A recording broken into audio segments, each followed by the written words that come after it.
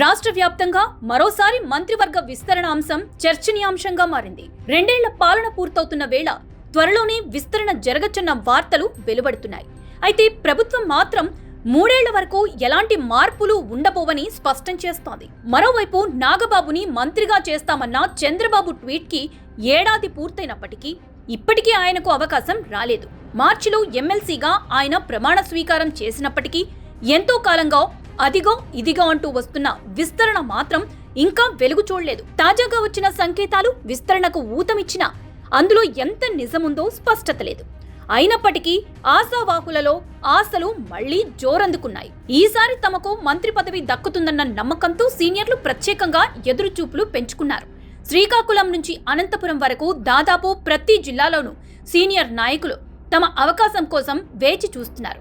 శ్రీకాకుళం జిల్లాలోనే కళా వెంకట్రావు, గంటా శ్రీనివాసరావు, జ్యోతుల నెహ్రూ, నిమ్మకాయల చినరాజప్ప, పితాని సత్యనారాయణ, గోరంట్ల బుచ్చయ్య చౌదరి, సోమిరెడ్డి చంద్రమోహన్ రెడ్డి, పరిటాల సునీత వంటి పలువురు సీనియర్లు మంత్రివర్గంలో చోటు ఆశిస్తున్నారు.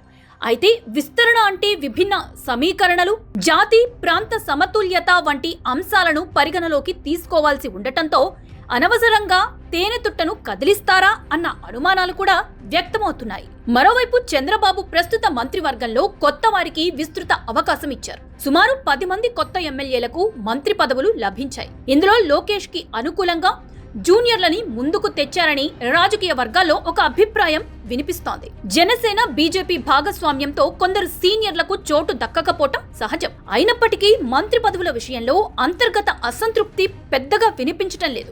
ఎందుకంటే జగన్ కి రాజకీయ అవకాశం ఇవ్వకూడదన్న సామూహిక ధోరణి టీడీపీ కూటమి నేతల్లో కనిపిస్తోంది. అందుకే సీనియర్లు కూడా మరి కొంతకాలం ఎదురు చూసేందుకు సిద్ధంగా ఉన్నట్లు తెలుస్తోంది.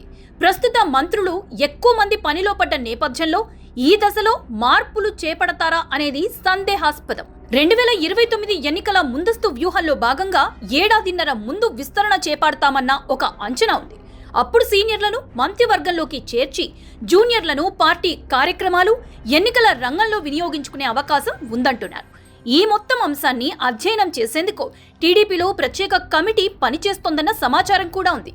ప్రస్తుత మంత్రుల్లో 10 నుంచి 15 మంది మార్పు ఖాయమన్న ప్రచారం ఒకవైపు వినిపిస్తుండగా మరోవైపు అలాంటి ఆలోచన లేదన్న వాదన కూడా బలంగా కొనసాగుతోంది. ప్రభుత్వంపై ప్రజల్లో సానుకూలత ఉన్న ఈ సమయంలో మార్పులు చేయటం ప్రమాదకరమని ఎక్కువ మంది నాయకులు సూచిస్తున్నట్లు సమాచారం. మొత్తానికి ఏపీలో కూటమి ప్రభుత్వం అంతర్గతంగా వ్యూహాత్మక చర్యలు కొనసాగిస్తోంది. అయితే తక్షణం మంత్రివర్గ విస్తరణ జరగదనే అభిప్రాయం ప్రబలంగా ఉంది. చివరికి ఏం జరుగుతుందన్నది రాబోయే నెలల్లోనే స్పష్టమవుతుంది.